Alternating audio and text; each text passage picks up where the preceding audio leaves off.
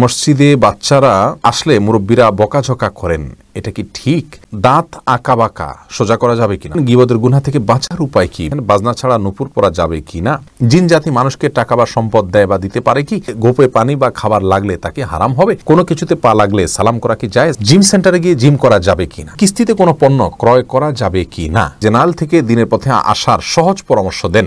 যদি শ্বশুর শাশুড়ির সাথে বনিবনা না হয় তাহলে আলাদা থাকলে কি গুনাহ হবে? মেয়ে ডাক্তার কি পুরুষ রোগী দেখতে পারবে? চলি আমরা প্রশ্ন উত্তর দেওয়ার পর্বে। শুরুতে আমি যে প্রশ্ন দেখতে পাচ্ছি, আরজিল শরীফ এআইডি থেকে আপনি জানতে চেয়েছেন, আমি আমার খারাপ কাজ বাদ দিতে চাই, কিছুদিন বাদ দেই আবার শুরু করি, যেমন গুনগুন করে গান গাওয়া বাদ দেই কিন্তু আবার মনে চলে আসে, এছাড়াও মনে বাজে বাজে চিন্তা ও কথা আসে যা বলা যায় না, এমন অবস্থায় কি করতে পারি? বললে উপকৃত হব, দয়া করুন প্লিজ। ভাই শরীফ, আপনাকে বলবো যে গুনগুন করে যে আপনি গান গান, সেটা যদি গানের কথার ভিতরে যদি আপত্তিকর তেমন কিছু না থাকে, এমনকি যদি আপনার প্রেম ভালোবাসা জাতীয় কিছু থাকে, সেটা আপনার বিবাহিত স্ত্রীকে অথবা হবু স্ত্রীকে আপনি টার্গেট করে বলেন, তাহলে শুধুমাত্র খালি গলা গান গুনগুনিয়ে গান গাইলে আপনার গুনাহ হবে না। কিন্তু এর ফলে যদি গানের অর্থের ভিতরে শিরকপূর্ণ কিছু না থাকে এবং অশ্লীল নোংরা কোনো কিছু না থাকে, মনের ভিতরে এছাড়া বাজে চিন্তা আসা বা অন্য গুনাহগুলো করা, আমাদের কিন্তু মানুষকে আল্লাহ রাব্বুল আলামিন সৃষ্টি করেছেন এমন যে বারবার আমরা গুনাহের দিকে চলে যাই, আমরা তওবা করি আবার গুনাহ হয়ে যায়, তওবা ভঙ্গ হয়ে যায়, আমরা কিন্তু এরকমই সৃষ্টিগতভাবে। আর এই জন্যই আল্লাহ রাব্বুল আলামিনের গুণবাচক নাম কিন্তু তাওয়াব, তিনি বারবার তওবা কবুল করেন। এই জন্য বারবার তওবা কবুল করেন, সেই কথা মাথায় রেখে আমরা যে অপরাধ করতে থাকবো জেনে শুনে ঠান্ডা মাথা, তা নয়। তবে আমরা নিজের সঙ্গে যুদ্ধ করতে হবে, লড়াই করতে হবে, সংগ্রাম চালাতে হবে, আত্মনিয়ন্ত্রণের জন্য চেষ্টা আমাদের অব্যাহত রাখতে হবে। কিন্তু যদি কখনো সেটা হারিয়ে ফেলি, আমরা সাথে সাথে লজ্জিত হয়ে আল্লাহর কাছে চোখের পানি ফেলে মাপ চাইতে হবে। যত বেশি আপনি তওবা করবেন, চোখের পানি ফেলবেন, আল্লাহর সঙ্গে কথা বলবেন, আল্লাহর কাছে লজ্জিত হয়ে ওজর খাই করবেন একাকী নির্জনে, তত বেশি ইনশাআল্লাহ দেখবেন আপনি গুনাহ থেকে বাঁচার শক্তি খুঁজে পাবেন। এবং যখনই গুনাহ হয়ে যাবে একটু কেঁদে কেটে একাকী হাত তুলে আল্লাহর কাছে লজ্জিত হয়ে ক্ষমা চাইবেন, ইনশাআল্লাহ আপনার পরবর্তী তওবাটা আরও স্ট্রং হবে। এভাবে ধীরে ধীরে আপনি কিন্তু গুনাহ থেকে বেঁচে থাকতে পারবেন। সেই সাথে আল্লাহ রাব্বুল আলামিনের নেককার বান্দা যারা আছেন, খুব অল্প সংখ্যক বান্দা আছেন সালেহ, দুনিয়া যাদেরকে টাচ করতে পারে না, যারা আখিরাত সত্যিই বুঝেছেন, ইসলামটাকে সঠিকভাবে বুঝেছেন, দুনিয়ার কোনো মোহ তাদেরকে টানে না, তারা আখিরাতের জন্যই শুধু চেষ্টা করে যান, মুখলেস, কোরআন হাদিসের নলেজ আছে এবং ইলম আছে, আমল আছে, ইখলাস আছে, এরকম মানুষের সংখ্যা খুবই নগণ্য সমাজে। তাদের সান্নিধ্যে যত বেশি থাকবেন তত ইনশাআল্লাহ আপনার মধ্যে কিন্তু এই তাকওয়া চলে আসবে। আল্লাহ তাআলা আপনাকে আমাকে সবাইকে তাকওয়ার সর্বোচ্চ শিখরে ওঠার তৌফিক দান করুন। এমনি লিটন হোসেন জানতে চেয়েছেন, দাঁত আঁকা বাঁকা সোজা করা যাবে কিনা? হ্যাঁ, যাবে, কোনো অসুবিধা নেই। আঁকা বাঁকা দাঁতকে সোজা করাতে কোনো অসুবিধা নেই, এটা খুবই সাধারণ একটি বিষয়, অনেকেই করে থাকেন আজকে। এরপরে এমনি মনিরুল ইসলাম জানতেছেন, গীবতের গুনাহ থেকে বাঁচার উপায় কি? ভাই মনিরুল ইসলাম, গীবতের গুনাহ অত্যন্ত জঘন্য গুনাহ, বান্দার হক খুবই জঘন্য গুনাহ। আর এটা আমাদের কাছে ঘি ভাতের মতো হয়ে গেছে। সকাল বিকাল দুপুর দিন রাত, বাসায় অফিসে রাস্তায় ঘাটে, পরিচিত অপরিচিত সবার সঙ্গে আমরা অহরহ গীবত করে বেড়াচ্ছি। এটা মহামারী হয়ে গেছে। চোখের গুনাহ আর মুখ দ্বারা গীবতের গুনাহ, এগুলো আমরা সবচেয়ে পরিমাণে বেশি করি। আল্লাহ তাআলা আমাদেরকে হেফাজত করুন। এগুলো থেকে বাঁচার উপায় হলো, যে ব্যক্তির সঙ্গে গেলে গীবত হয় তার সঙ্গ থেকে যথাসম্ভব দূরে থাকার চেষ্টা করা, হয়ে গেলে আল্লাহর কাছে লজ্জিত হয়ে মাপ চাওয়া, যে ব্যক্তির গীবত করে ফেলেছেন তার জন্য দোয়া করবেন, আল্লাহুম্মা গফির লাহু ওয়ারহামহু, নিজের ভাষায় দোয়া করবেন, আল্লাহ তার জন্য আপনি তাকে ক্ষমা করে দিন, তাকে আপনি মাফ করে দিন। অর্থাৎ যার গীবত করে ফেলেছি, আল্লাহ তার প্রতি আমি অবিচার করে ফেলেছি, সেই জায়গা থেকে তার জন্য আপনি ক্ষমা চাইবেন, ইনশাআল্লাহ বিদিনিল্লাহ সেটাই আপনার জন্য যথেষ্ট হবে। এরপরে আফরিন সুলতান জান্নাত আপনি জানতে চেয়েছেন, বাজনা ছাড়া নুপুর পরা যাবে কি না? জীবন আপনি নুপুর পড়তে পারেন যদি সেটাতে বাজনা না থাকে এবং বাহিরে আপনি যখন পড়ে যাবেন সেটা আপনার পায়ে থাকতে পারে, কোনো অসুবিধা নেই।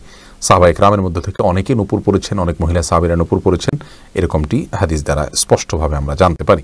জেসমিন জেরিন আপনি জানতে চেয়েছেন, জিন জাতি মানুষকে টাকা বা সম্পদ দেয় বা দিতে পারে কি? না, এরকম কোনো সুযোগ আছে বলে আমার জানা নেই। মাহফুজ মুন্না আপনি জানতে চেয়েছেন, খাওয়ার সময় ছেলেদের গোপে পানি বা খাবার লাগলে তাকে হারাম হবে?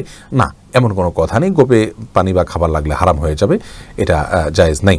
রবিউল ইসলাম জানতে চেয়েছেন, কোনো কিছুতে পা লাগলে সালাম করা কি জায়েজ? না ভাই, কোনো কিছুতে পাও লাগলে সেখানে হাত দিয়ে সালাম করতে হবে। হাত দিয়ে যদি সালাম হয় না, পা ছুঁয়ে এটাকে সম্মান করতে কোনো কথা নেই।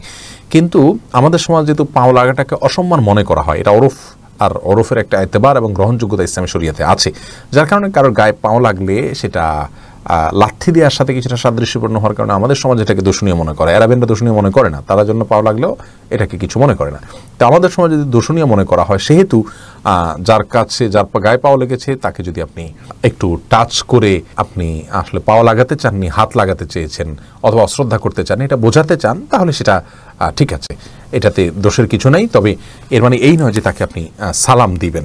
মুরাদ আহমেদ আপনি জানতে চেয়েছেন জিম সেন্টারে গিয়ে জিম করা যাবে কিনা। ভাই মুরাদ, জিম সেন্টারে গিয়ে জিম করাতে কোনো অসুবিধা নেই। আপনার শারীরিক ফিটনেসের জন্য আপনি জিম সেন্টারে যেতেই পারেন, কোনো অসুবিধা নেই ইনশাআল্লাহ বিদিনিল্লাহ। জিম সেন্টার সম্পর্কে বলি, মেয়েরা ছেলেরা পর্দার বিধানটা খেয়াল করবেন, সেখানে মিউজিক যেন না থাকে, এই বিষয়গুলো খেয়াল করবেন, এমনিতে যাওয়া যায় আছে।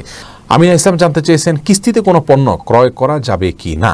যাবে, কোনো অসুবিধা নেই। ফয়জুল্লাহ মিয়া আপনি জানতে চেয়েছেন জেনারেল থেকে দিনের পথে আসার সহজ পরামর্শ দেন। দেখুন, জেনারেল থেকে দিনের পথে আসার জন্য সর্বপ্রথম যে বিষয়টি জানা দরকার সেটা হলো যে দ্বীনি চেতনা, দিনের ভিতরে নিজের ভিতরে যখন দিনী চেতনা আসবে তখন এই বিষয়টি সহজ হবে। আর দিনী চেতনা আসার জন্য দিনী চেতনা তৈরি হয় এ ধরনের বই পুস্তক পড়া, এ ধরনের মানুষের আলোচনা শোনা। সবচেয়ে ইফেক্টিভ হলো কোরআন। আল্লাহর কোরআনকে আপনি অর্থ সহকারে, ব্যাখ্যা সহকারে একটু একটু করে পড়ুন, আপনার ভিতরে ইনশাআল্লাহ চেতনাগত পার্থক্য আসবে।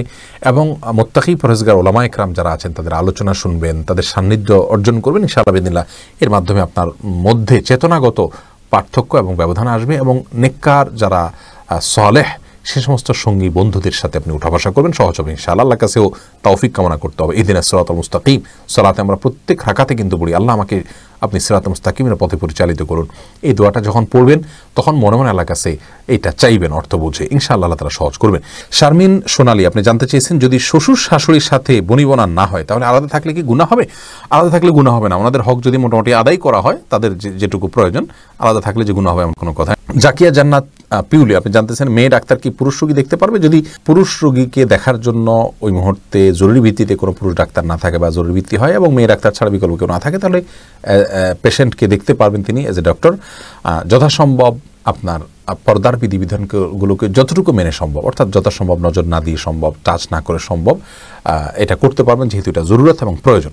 এরপরে আব্দুল আহাদ আপনি জানতে চেয়েছেন মসজিদে বাচ্চারা আসলে মুরব্বীরা বকাঝকা করেন, এটা কি ঠিক?